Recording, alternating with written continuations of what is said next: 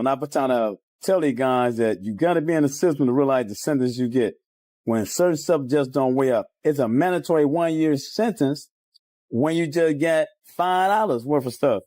Fetty Wap walked out of federal custody in early January 2026 after serving just over 3 years of a 6-year drug trafficking sentence, and the internet exploded immediately. What seems like damn near just a couple of years ago, because it was, holy smokes, we seen 4 letters pop up. This one. The moment news broke, rumors started flying at full speed, with people questioning how he got out so early and what really happened behind those prison walls. Some voices online started whispering that cooperation played a role, while others claimed something darker was already unfolding behind the scenes. Then new footage surfaced, and suddenly the conversation took a sharp turn, raising questions about retaliation, street pressure, and whether his early release put a target on his back. He was arrested yesterday at Citi Field. It was during a music festival in the afternoon before he performed. He's one of 6 indicted for conspiracy to distribute more than 100 kilograms of controlled substances on Long Island and in New Jersey. And those arrested also include a New Jersey correction officer. Officials say Fetty Wap and others involved transported, distributed deadly and addictive drugs, including heroin and fentanyl on Long Island, deliberately contributing to the opioid epidemic. The rapper, whose real name is Willie Jr. Maxwell II, officially left federal custody on January 7th to 8th, 2026. After the Bureau of Prisons adjusted his release date forward from 2029 due to time credits and good behavior, instead of walking free, he was moved into community confinement, meaning house arrest under strict federal supervision. That supervised release runs all the way until November 2030, and make no mistake, that is not freedom in the usual sense. The conditions are tight and unforgiving. Random drug testing whenever probation decides. Zero tolerance for alcohol or anything not medically approved, and no moving money around without permission. Every dollar has to be accounted for, every account cleared, every move approved. Travel across state lines is locked down, regular check-ins are mandatory, and an ankle monitor could come into play at any moment. The multi-million-dollar drug distribution used Suffolk County as their home base. We're told the defendants would get drugs on the West Coast and use the U.S. Postal Service and drivers with hidden compartments to transport the drugs across the country to Suffolk County, where they were stored. Fetty Wap's role, according to officials, a kilogram-level redistributor for the trafficking organization. These are federal rules, not suggestions, and one slip sends him straight back behind the walls. Supervised release is still time being served, just with a different backdrop.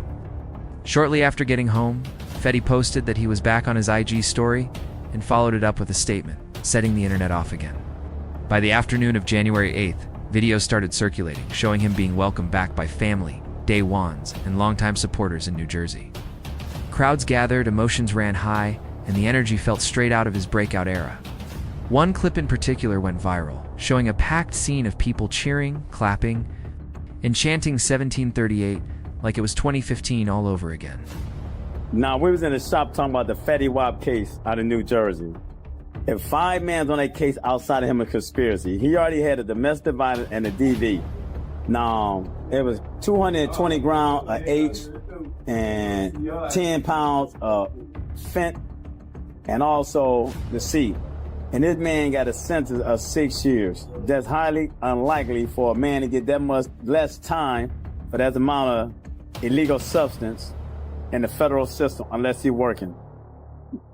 That's impossible. At that moment, there was no visible tension, no sign of trouble, and no open conflict. Just people celebrating the return of someone they hadn't seen in years. But to understand why his release instantly became controversial, you have to rewind and look at how he ended up in federal custody in the first place. Fetty Wap was arrested in October 2021 at Citi Field in New York, and the timing was no coincidence. He was scheduled to perform at Rolling Loud NYC that same day, one of the biggest hip-hop festivals on the planet, with thousands of fans waiting for him to hit the stage. Instead, federal agents took him into custody alongside several others after an indictment was unsealed in Queens. That arrest was loud, public, and calculated. Authorities wanted the world watching, sending a clear message about what happens when fame, money, and illegal moves collide. Well, I'm trying to tell these guys that you got to be in the system to realize the sentence you get. when certain stuff just don't weigh up. It's a mandatory 1-year sentence when you just get $5 worth of stuff. So you get anything over 5 grams is a mandatory 5-year sentence in the federal system. So how do a person get 5 years, 6 years, when it's mandatory 5 years for 5 grams? It's impossible. The fall from platinum-selling artist to federal inmate didn't happen overnight, but when it landed in full view of the culture. Prosecutors laid it out clearly. They said Fetty Wap was tied to a bi-coastal drug operation moving serious work from California straight into New Jersey and Long Island. This wasn't some quick flip or side hustle either. According to the case, the operation ran from June 2019 through June 2020 and allegedly pushed over 100 kilograms of cocaine, heroin, fentanyl, and crack. That's heavyweight territory, no debate, no exaggeration. The federal investigation stretched on for months. This wasn't some random traffic stop that spiraled out of control, and it definitely wasn't a surprise raid. I don't think Fetty can come home and shake it up again. Or is this one of them times where the streets still respect you, but the game had already moved on? Is this a comeback waiting to happen, or is the closure for a run that already ended? The feds were watching, listening, building, and stacking evidence piece by piece. By the time they made their move, the case was already buttoned up. During the investigation, federal agents seized around $1.5 million in cash, along with cocaine, fentanyl, pills, firearms, and ammunition. That kind of seizure tells the whole story by itself. This wasn't low-level street activity or corner store hustling. This was organized distribution operating across state lines with structure, money flow, and logistics. First, Fetty posted bail and walked free while waiting on trial. A moment it looked like he might fight the case from the outside. But that freedom didn't last long. Listen, man, shout out to Fetty Wap, bruh. Shout out to him. You know, me personally on the music tip, I don't necessarily think it's over, but I think if he tries to go back and recreate that sound, I think that's gonna be gone. He can add elements of that shit, but the question is, who's going to embrace him? Who is good enough in the rap game to embrace him? Because if I'm Drake, Iceman ain't came out yet. Get Fetty Wap on the hook on the beginning song. Fetty Wap, you know what to do. First Day Out the Feds, Part 2. In August 2022, the court revoked his bond, and things went downhill fast. Prosecutors claimed he violated his release conditions during a FaceTime call that crossed a major line. According to reports, he allegedly flashed a firearm on the call and referred to someone as a rat, which carried a clear message. The implication was that he believed someone had cooperated and he was making it known. Federal judges don't play around with that kind of behavior. Any hint of threatening a witness or a potential cooperator is a fast track back into custody. That move alone told the court everything they needed to know. It painted him as a risk and showed a lack of respect for the judicial process. Once that bond was gone, the leverage shifted completely. In August 2022, Fetty ultimately took a plea deal, admitting guilt to 1 count of conspiracy to distribute and possess controlled substances, specifically at least 500 grams of cocaine. That charge carried a mandatory minimum of 5 years. The plea wasn't emotional or dramatic. It was calculated, strategic, and rooted in reality. We don't give a damn about your personal life, bro. We don't. We care about a time in our personal life when your music hit for us and created a moment, and then we listen to it and now we get nostalgic about it. We care about growth in your music. We don't give a shit about you, the person. You don't give a shit about us. You care about providing what the fans or people who support your music like, and the fans and supporters care about the music. That's the problem with these entertainers, because not at one point in time do y'all sit up here and really give back. Hell no, y'all don't. Y'all get sponsors, y'all get people that help out. Not saying that you should spend your own cash. Fentanyl changed the whole landscape. Once that substance appears in a federal case, everything tightens up. Judges come down harder, prosecutors stop budging, and sentencing windows stretch wider. The opioid crisis pushed federal courts into a zero-tolerance mindset. Tens of thousands of lives are lost every year to fentanyl overdoses, and even tiny amounts can be deadly. Because of that, defense attorneys struggle to secure favorable outcomes when fentanyl is anywhere in the paperwork. Just seeing the word can flip the tone of a case instantly. Fetty and his legal team knew exactly what they were facing. Fighting the charges meant risking far more time if a jury came back guilty. Federal prosecutors win the vast majority of trials, especially when wiretaps, financial records, physical evidence, and cooperating witnesses are involved. In those situations, going to trial is a higher-risk move with brutal consequences. Pleading guilty offered a chance to accept responsibility, shave off time, and avoid a sentence that could have doubled. This wasn't someone standing up and claiming innocence. This was someone reading the room, calculating the odds, and choosing damage control in a system designed to crush defendants who rolled the dice. The evidence against him was overwhelming, and by the time sentencing rolled around, the outcome was already written on the wall. On May 24, 2023, in Central Islip, New York, the judge finally brought the hammer down. Fetty Wap was sentenced to 6 years in federal prison, followed by 5 years of supervised release, locking in his future for the rest of the decade. By that point, he had already been sitting in custody since August 2022, and that time counted toward his sentence. Prosecutors didn't come light either. During sentencing, they even tried to use his own lyrics against him, pointing directly to Trap Queen as proof of long-term involvement in the drug world.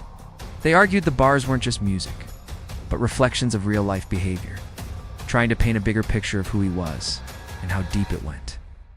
The judge weighed everything: his expression of remorse, his family responsibilities, and the impact the sentence would have on his kids were all considered. Still, none of that was enough to avoid the 6-year bid. The court made it clear that accountability mattered more than image or past success. From August 2022 until January 2026, Fetty served his time at the Federal Correctional Institution in Sandstone, Minnesota. Altogether, he did roughly 3 years and 5 months behind the walls. The federal system allows sentence reductions, and this is where things start getting misunderstood online. Through good conduct time and participation in programs under the First Step Act, his projected release date began to move. His original out date was around 2029, with standard good time credits that shifted to December 2026. Additional earned credits from educational and rehabilitation programs pushed it even further, all the way up to January 2026. That's how he qualified for transfer to community confinement almost a full year early. The Bureau of Prisons never publicly broke down his exact credit totals, but the formula is clear. Federal inmates can earn up to 54 days per year for good conduct under federal law. Top of that, additional credits stack up from completing approved programs, vocational training, and other structured activities. This wasn't some backdoor deal. Back in 2022, his attorney made it very clear that Fetty Wap was not cooperating with the feds. No testimony, no statements against co-defendants, no paperwork filed for substantial assistance. The guilty plea stood on its own, plain and simple. Right now, Fetty is on house arrest in New Jersey under the supervision of the Bureau of Prisons' Philadelphia Residential Reentry Management Office. His full release from confinement is projected for November 8, 2026. Until then, he's still tightly monitored with strict conditions, including random drug tests, full financial transparency, and heavy restrictions on travel and daily movement. Still, the internet wasted no time jumping to conclusions. The early release sparked non-stop speculation. Did he cooperate? Did he trade information for time? Did freedom come with strings attached? Those questions flooded timelines the moment the news broke. In hip-hop and street culture, the label of snitch carries devastating weight. It can ruin reputations, kill careers, and create real-life danger. The talk didn't start in 2026 either. It began back in August 2022 when he took the plea deal. To people who don't understand how federal cases work, pleading guilty automatically equals cooperation. That misunderstanding keeps fueling the rumors to this day. Why plead guilty unless you're cutting a deal? Why admit guilt unless you're giving up information? That's the question people keep throwing around online, and it shows a deep misunderstanding of how federal criminal procedure actually works. A federal guilty plea does not automatically mean cooperation, and assuming that is how a lot of people get the whole situation twisted. There are plenty of reasons defendants pled guilty, and most of them have nothing to do with snitching.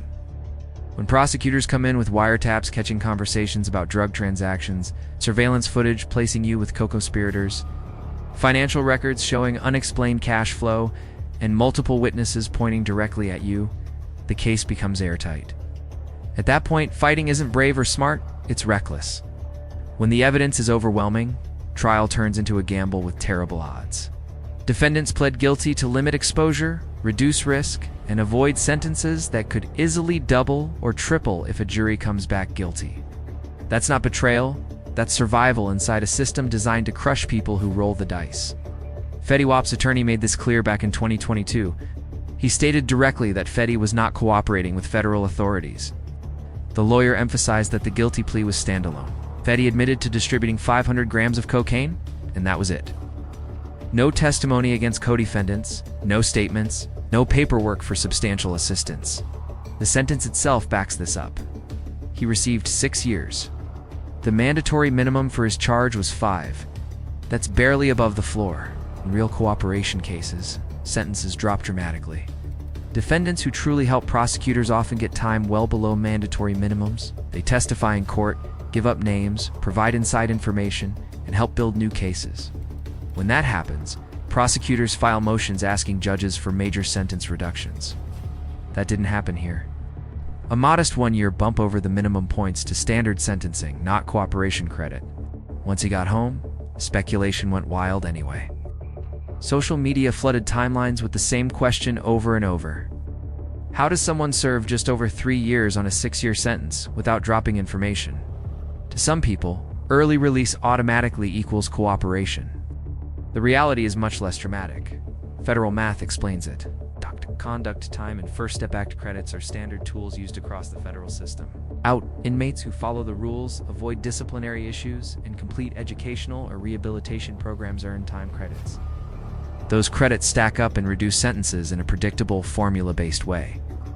These credits are not rewards for cooperating. They're incentives for positive behavior during incarceration.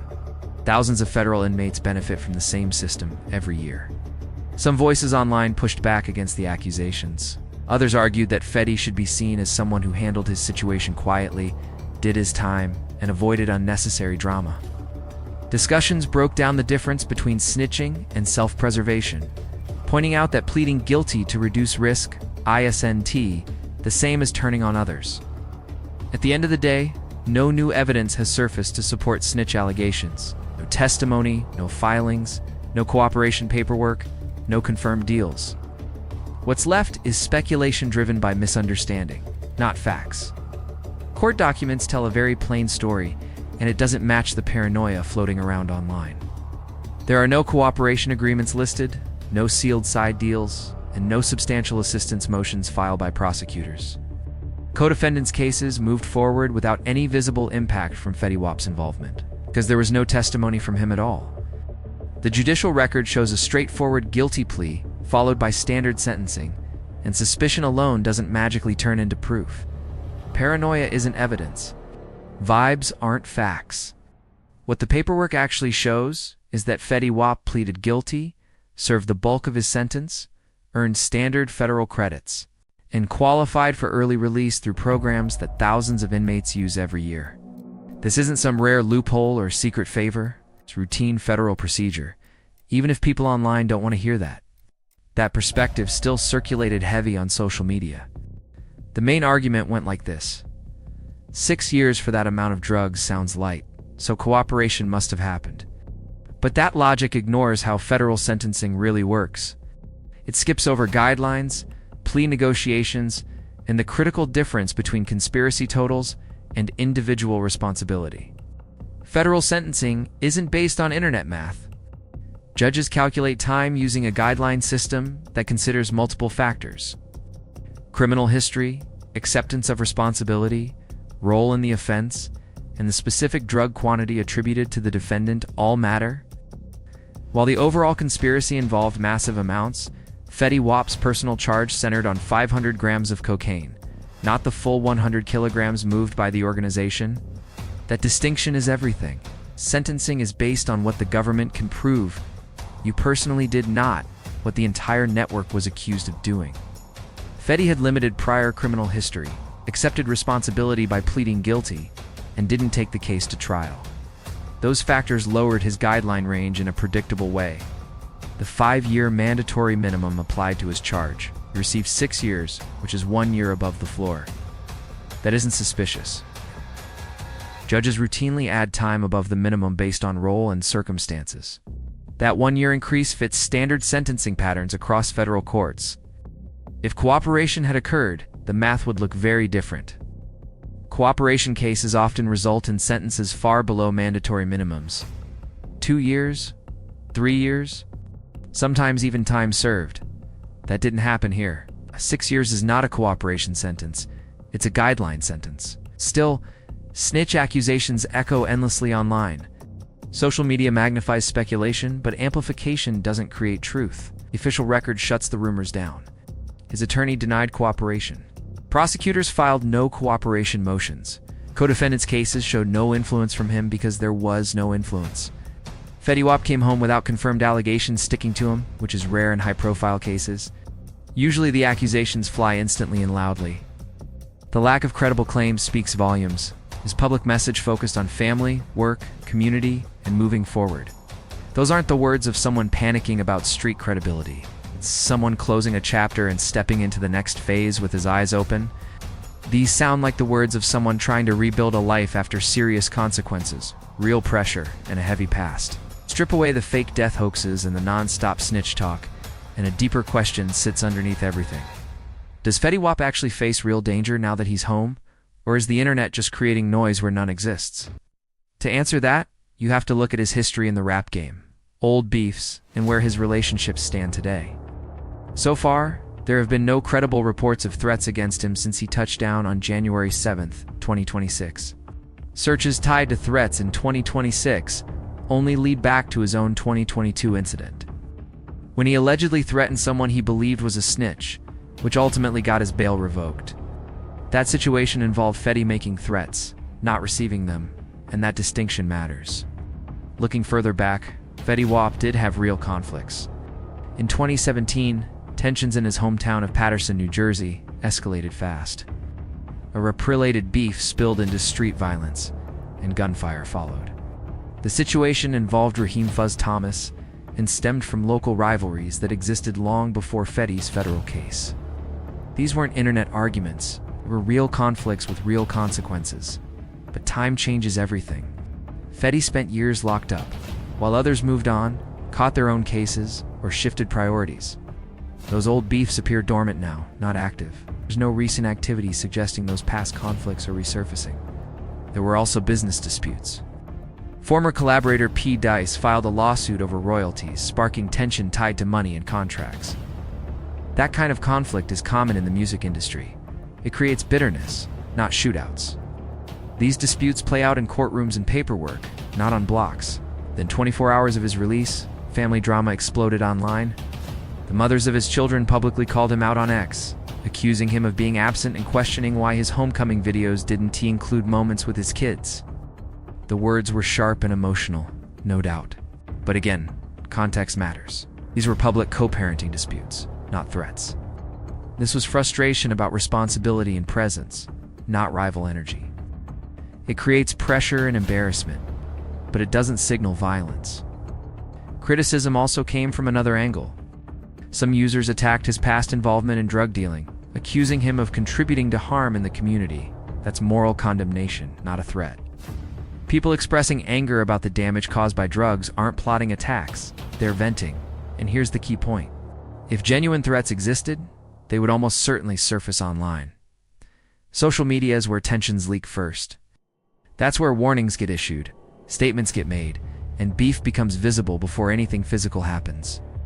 Search results around his release show, celebration clips, family disputes, and general criticism. What's missing is explicit danger. No warnings, no callouts, no ominous messages. Even mainstream coverage reflects that. TMZ focused on his release process and future plans, not security concerns. Other outlets did the same, sticking to logistics and next steps instead of danger narratives. Right now, the evidence points to pressure, scrutiny, and rebuilding, not active threats. The internet may want drama, but so far the facts don't support it. Major outlets only covered the mechanics of his early release and the conditions of his home confinement, nothing more. That detail matters a lot. Respected media believed Fetty Wap was facing real danger. That concern would have shown up clearly in their reporting. Instead, coverage stayed focused on paperwork, timelines, and federal supervision, not security risks or threat assessments. The welcome home footage tells its own story. Large crowds, open celebrations, public gatherings, and visible support filled those videos. If Fetty Wap believed he was in immediate danger, that kind of exposure would be reckless. You don't step into packed crowds and loud celebrations when you're worried about retaliation. The fact that he appeared comfortable and present suggests he doesn't perceive a real threat right now. His team wouldn't have allowed such visibility if they believed something was brewing. Some voices online echoed that same sentiment. Posts described the release as a moment of respect and celebration, not conflict. People pointed to the standing ovations and the love shown, framing it as recognition for someone who did his time without stirring chaos. How you carry yourself during a bid matters in street culture. Fetty Wap stayed quiet, avoided internet theatrics, and didn't fuel extra beef while locked up. That approach earns a certain level of respect. It doesn't guarantee safety, but it lowers tension. People who don't escalate situations during legal trouble often come home with fewer unresolved issues. Fetty didn't make loud proclamations, didn't taunt anyone, and didn't use prison time to posture. That calm presence plays a role in how he's being received now. But the bigger question isn't just safety, it's what comes next. His legal troubles didn't happen at the peak of his career.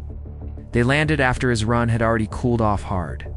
To understand his current position, you have to rewind to his rise and fall in music. In 2015, Fetty Wap was everywhere. Trap Queen dominated radio clubs and streaming platforms. The record peaked at number 2 on the charts, spawned endless remixes, and helped shape an entire melodic trap wave.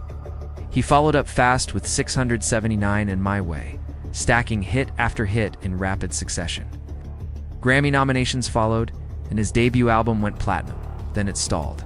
Perception became harsh but widely shared.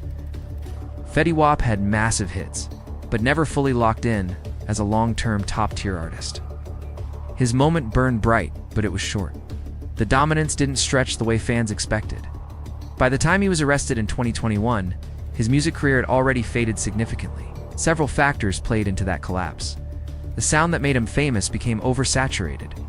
Other artists adopted similar melodic styles, and the market moved fast. Trends shifted, and Fetty didn't evolve quickly enough to stay ahead. Later releases couldn't recapture the magic of Trap Queen. Personal struggles made things heavier. In 2021, he released the Butterfly Effect mixtape, dedicating it to his 4-year-old daughter, who passed away from cardiac arrhythmia. That kind of loss changes everything. Grief hits creativity, focus, and motivation hard. Some artists turn pain into fuel, others struggle to move at all. Add the pandemic shutting down touring, the main money source for artists, and the situation became even worse.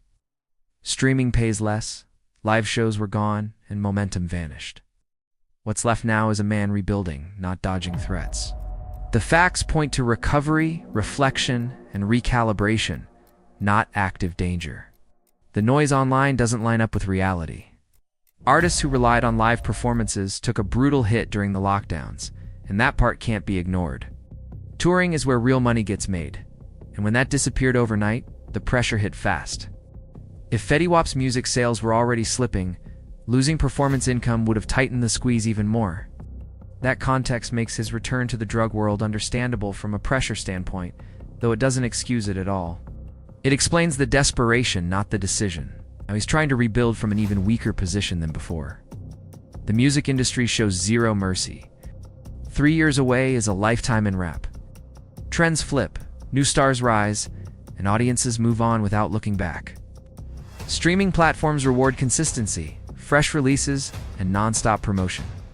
An artist who disappears for years has to climb uphill just to get noticed again. Nostalgia gives him a starting point. Trap Queen is still a cultural memory. People remember 2015, the energy, the sound, the moment. That era still hits emotionally, but nostalgia alone doesn't build long-term careers. It sparks curiosity, not loyalty. The reality is harsh. Fetty Wap can't recreate Trap Queen exactly. That moment already passed. Smarter move would be blending pieces of his signature sound into something updated and relevant. But that opens new questions. Who's willing to collaborate with him? Will established artists take the risk? Will producers invest time and money? Will labels even consider a deal? His legal history complicates everything. Some artists and companies avoid working with anyone fresh out of federal custody. The stigma, restrictions, and potential complications make people hesitant. Others might see it differently. Some respect that he did his time quietly. Some may believe his story adds depth and authenticity. Still, there's an uncomfortable truth fans keep pointing out. The audience cares about music, not redemption speeches.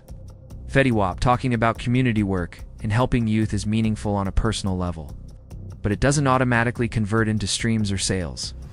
The market doesn't move on good intentions. People will support the music only if it hits. Its growth matters to his family, but listeners judge songs, not statements. And there's another layer that makes some fans uneasy. His wealth wasn't just built on music. He wasn't just using drugs, he was distributing them. The case involved massive quantities, including fentanyl, a substance that's devastated communities across the country. Tens of thousands of lives are lost every year to fentanyl overdoses. For many people, celebrating someone tied to that damage feels wrong. That criticism isn't random hate, it's moral discomfort. Because of that, Fetty Wap has to justify the attention with quality. Nostalgia will spark interest at first. Curiosity about his return will bring early clicks. But staying relevant means delivering songs people actually want to replay. Can he do that? Nobody knows yet. On top of everything, his supervised release adds more obstacles. Random drug tests, financial oversight, travel restrictions, and approvals for recording sessions and shows all slow things down.